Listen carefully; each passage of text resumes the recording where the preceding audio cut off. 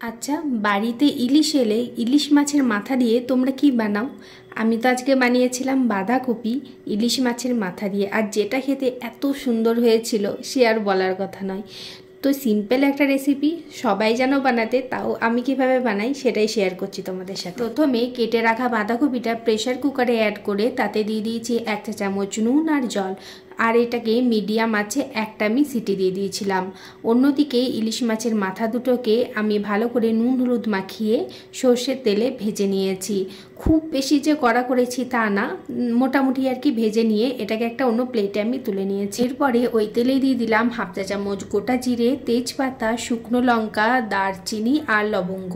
এটা থেকে একটা সুন্দর গন্ধ বেরোলে কেটে রাখা দুটো বড় সাইজের আলুকে অ্যাড করে দিয়েছি। অন্যদিকে একটা মিডিয়াম সাইজের টমেটো, লাল পাকা কাঁচা লঙ্কা, সাথে 1 ইঞ্চি আদা দিয়ে একটা পেস্ট তৈরি করে নিয়েছি।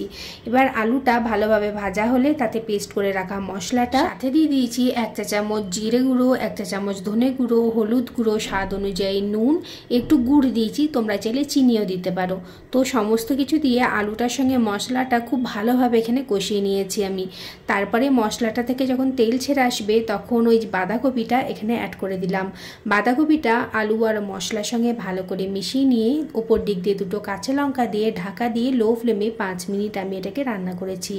5 মিনিট পর ঢাকা খুলে ইলিশ মাছের মাথাগুলো অ্যাড করে আরও 5 থেকে 6 মিনিট ঢাকা দিয়ে লো টু মিডিয়াম ফ্লেমে এটাকে আমি রান্না করে নিয়েছিলাম। সবশেষে আলুগুলোকে খুন্তি দিয়ে একটুখানি ভেঙে দিয়েছিলাম যাতে এটা মাখা মাখা হয়ে যায়। ব্যাস, তাহলেই রেডি হয়ে গেল ইলিশ মাছের মাথা দিয়ে বাঁধাকপির তরকারি। কেমন লাগলো আজকের ভিডিওটা অবশ্যই কমেন্ট করে জানাবে।